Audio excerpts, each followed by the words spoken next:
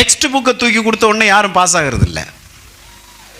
அப்படின்னா school teachers யாருமே தேவையே இல்லை. 10ஆம் கிளாஸ் புக்கு கொடுத்துட்டா போதுமே, நீங்களே பரீட்சை எழுதி பாஸ் ஆகிடுவீங்களே. அந்த டீச்சர் என்ன சொல்லி கொடுக்குறாங்க? அந்த புத்தகத்தில் இல்லாத வேற ஏதோ மேஜிக் சொல்லி கொடுக்குறாங்களா? No, no way. புத்தகத்தில் இருக்கிறது தான் அவங்க சொல்லி கொடுக்குறாங்க.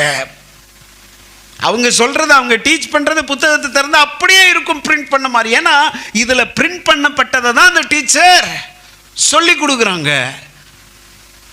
இதை தானே டீச்சர் நீங்க சொல்லி கொடுக்குறீங்க.